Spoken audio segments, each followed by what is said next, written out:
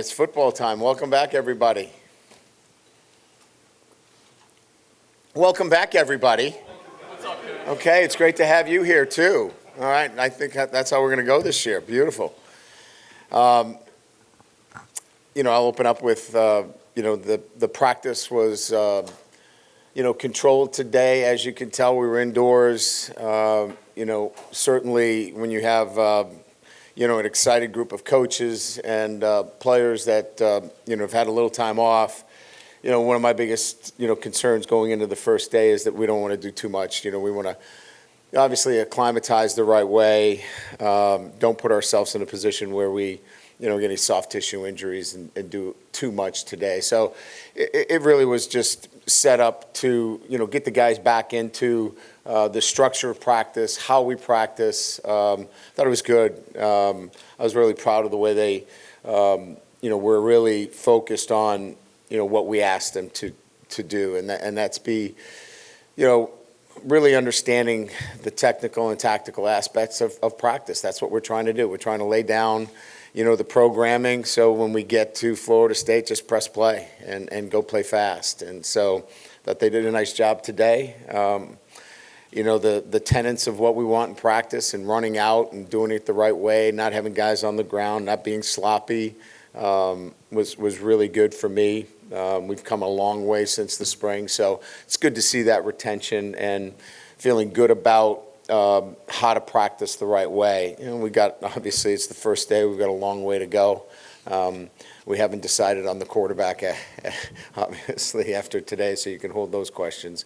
But clearly we'll continue to build on the workload in practice. We'll go inside again tomorrow, and then Saturday we'll head outside and begin to build the volume in the practices. So with that, we'll open up the questions.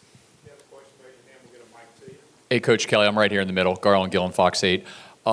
I know you said, you just joked about you're not going to make an announcement on the quarterback position today, but how excited are the guys, the quarterbacks, that you're, I guess, a week in, you're going to start doing things that are geared toward what they do? Are they excited to not just do the basic stuff? They can finally get some stuff. Jaden can do his own thing. Miles can. How excited are the guys that they get to finally do some things that geared more to them? Yeah, I think they're all anxious to prove what they can do. They want that opportunity. So, they've prepared really hard, all of them. They're all in great shape. Their mental preparation, you can see it's so, further along than it was now that they know the playbook.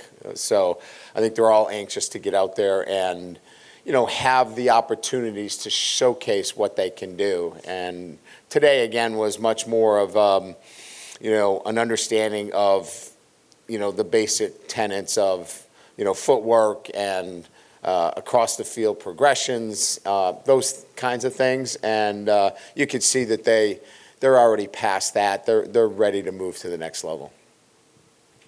Brian here in the middle, Wilson Alexander with The Advocate. Yeah. What was the purpose back in the summer of having a mental trainer come in and work with the team like she did? Well, our total preparation is based upon physical preparation.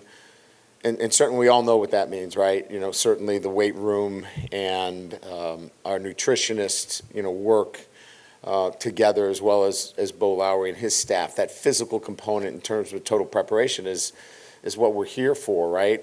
I already mentioned the technical and tactical, how important that is, right? In total preparation of a football team and a football player. But the mental preparation is absolutely crucial as well. And so, having a mental performance coach and building, the brain is similar to a muscle. You have to train it as well. And so, mental performance is the weight room for the brain for us. And so that's an important piece in our total preparation. And we laid down the foundational principles for our football team in helping them understand how important that is in their total preparation. So they have the tools, they have a tool belt to help them through things like confidence, things like emotional control. How they think on a day-to-day basis really matters. And a mental performance coach that we have, and Dr. Selking, who's been with me now 7 years, really can be a great asset for us. Hey, Coach, here in the back. Keishawn Butte, where do you see him right now with his health, and what kind of potential? Is he a guy that could win the Biletnikoff for you if he plays up to potential? Well, this was my first glimpse at him, quite frankly, and he's an explosive player. He's learning how to practice. Today he was a guy that I had to remind him a little bit about how to practice the right way, but he's so committed. He's worked so hard. I'm excited, for him really, because you can see his potential is one of, can he be the best receiver in the country? I think he can be, but you got to go out and do it. I just like the fact that he is totally committed to what we're doing and how we're doing it, and now he got a chance to see how we practice for the first time. And, he picked that up today as well. His player load was pretty high today. It was probably a little bit more than we maybe thought that we wanted for him, but he handled it well, and I expect him to even continue to build on that. So, yes and yes to all those things, and excited that he's with us. Brian, just some logistical questions, I guess, if you would. How do you want this first week to work for the team? What do you want them to get at the end of the week? And then, so we can kind of quash all the quarterback stuff, how do you want to work those reps so that no one really reads into who's where with what group? Well, I want to get through these last 2 days, today and tomorrow, as academic days, because we have a number of guys that are in our C session for academics. So that, and as I mentioned, we really have this planned out as a 7-day kind of acclimatization with, the 2 days in spider pads and helmets, 3 days in shoulder pads. Our 6th day, obviously, will be our full contact. And then we get the 7th day where it's a day off. So really, the focus here is let's get through this first week and make sure we make good choices and good decisions as it relates to the health and the acclimatization of our football team, and then really ramp it up as it gets to the quarterback situation. So you're not going to see much separation in the first 7 days. That'll begin to take shape and form as we get into down and distance situations. So, for example, these first 2 days are really P and 10, meaning you're just dialing up, every play that is not even a down and distance play. Practice 3, we start to get into some second down. Practice 4 and 5, you start to see a little bit of third down situations. And when we get into that 6th day, you'll start to see a little bit more third down and long, where now you can start to see some play calling that is going to be situated for, the quarterbacks. So it's not going to be until that second kind of rack, if you will, that second week where we start to, pin some plays on quarterbacks. Chessa Boucher with NBC 33. Yeah. Aside from Keishawn Butte, you have that loaded wideout room. Is there anybody that kind of you're expecting to have a breakout fall camp? I'm not just saying this, but to be positive. But I'm Thomas, Neighbors, Hilton. I'd like to see them all, continue to develop because they are young receivers. Those would be the guys in particular. Jenkins has showed some things in spring that we'd like to see him continue to progress in the manner that he has. All those guys are talented, but I really think more than anything else, it's the consistency that we want to see from those guys, that they do it, play in and play out, and actually practice in and practice out. So consistency and performance is really what we're looking for with that group. If we get that, it'll be a dynamic group. Yeah, Brian, are there any players who, who can't go full speed in practice right now or can't take part in drills? And also, Trey Bradford's status, didn't see him on the roster. Yeah, Trey has been separated from the university, and that's, there are Buckley, laws that I can't get into some specifics there, but he is no longer on the roster. As it relates to practice, Besh is limited. He's coming back, I think he's making the progress necessary from shin splints, and I think he'll be, available for us in the next couple of days. But he's really the only one that has the kind of limitations. I think Tolan, had the discectomy. He's making great progress. Those would be the two guys that are kind of on a pitch count, if you will, if that's, if I can use that phraseology in terms of they're coming along, but they're not quite there yet, but they've made pretty good progress. Hey, Coach Kelly, Glenn West with Go247. Just Jarek Bernard-Converse, we saw him out there, I think, for the first time since he's joined the program. Just update, I guess, on his status and just how important it is for the secondary, particularly that cornerbacks group, to kind of develop some cohesiveness in these first several weeks of camp. Yeah, if I have my notes in front of me, it's one of the things I talked about in our offensive and defensive staff meetings, probably 2 or 3 times about trying to gain some continuity at the cornerback position. So getting him back, getting him out here, he's been a great leader for us. And, we're anxious to see what he can do. Obviously had a great career at Oklahoma State. We expect that to continue here. I had a good summer. He's healthy. And he's played a lot of football. So the expectations are that he's going to impact what we do. But now I think the big thing here is to gain some continuity at that, that position. And that's why we went into the transfer portal and feel very fortunate to have him. Hey, Coach. Bree Andrews, LSU Tiger TV. With John Emery being able to come back this season, Armani Goodman be able to come back, how would you describe, the depth in the running back room and how that's really come together? And is there anybody there that's really stood out to you? Not yet. I mean, they're all going to have a great chance, to contribute.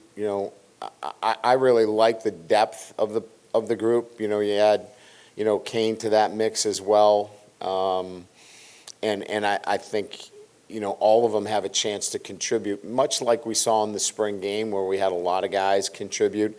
I think that's going to be probably what happens here this year, and I'm okay with that. I think that's great. I mean, I think all of them are very competitive and all bring a little bit something different to the table, but all will contribute in some fashion.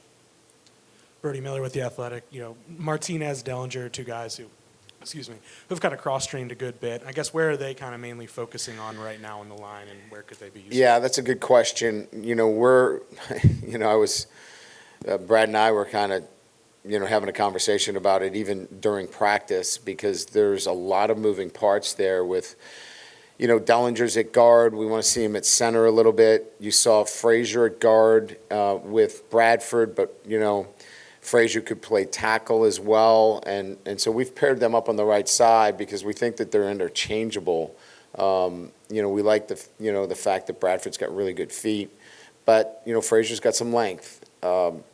So long story short, as it relates to the specifics of your question, those guys you're going to be center guard combinations right now, but I think it's important that there's some flexibility here for the first 2.5 weeks, and we'll build, the starting 5, and then, finding the rotation, where you have, your tackles solidified, the center position, and then I think we've got some really good depth, that's building in this unit. But I think it's going to take a little while for it to kind of pan out over the next couple of weeks.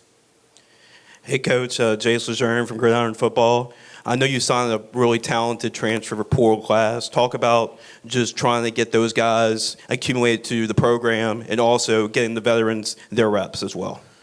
Yeah, so we kind of went through that in the spring because most of those guys were here as it relates to the transfer portal. So they assimilated very well, they fit in very well, and they got a lot of work in the spring and then had a really good summer. So I would say that in itself has kind of already played itself out, and they've immersed themselves into the program and are seen now as one, in terms of the program themselves. So, whether it's a wide receiver or whether it's a running back, I mean, obviously Kane is new to the program, but other than that, everybody is kind of assimilated quite well back into the program. Hey, Coach, of the guys who weren't here this spring, I'm kind of curious who sort of stepped up today, and it seems like they were here during the spring even though they weren't.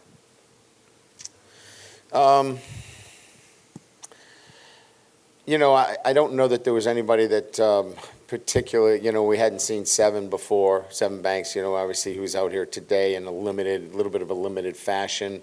But, you know, obviously, you know, having Perkins out here today, you know, you get a flash and see him. I was over watching tackling drills, and, you know, he's got a suddenness to him, you know, that's quite different than some of the other players. So, you know, I think there's a couple of players that kind of flash at you. You know, I like the way Bordelon moves around, you know, athletic. You know, he's a big, strapping kid that moves well.